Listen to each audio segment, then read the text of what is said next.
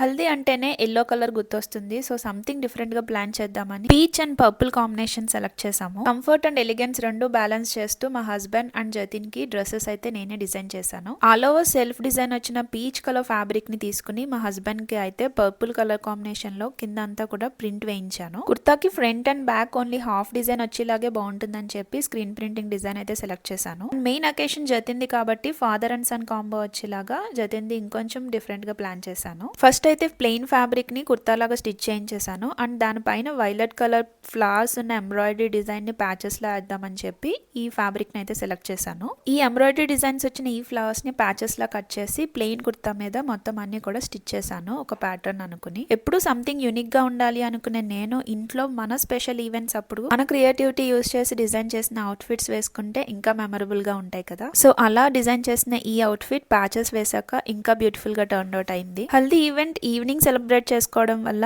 ఈ peach and purple combinations ఇంకా బాగా హైలైట్ అయ్యాయి. సో ఎప్పుడు రొటీన్ గా హల్దీకి ఎల్లోసే కాకుండా ఇలా డిఫరెంట్ కలర్ కాంబినేషన్స్ యూస్ చేసి ఈవెంట్ ని మెమరబుల్ గా మార్చుకోండి. కలర్ కాంబినేషన్ మీకు కూడా నచ్చినట్లయితే share it your friends and family.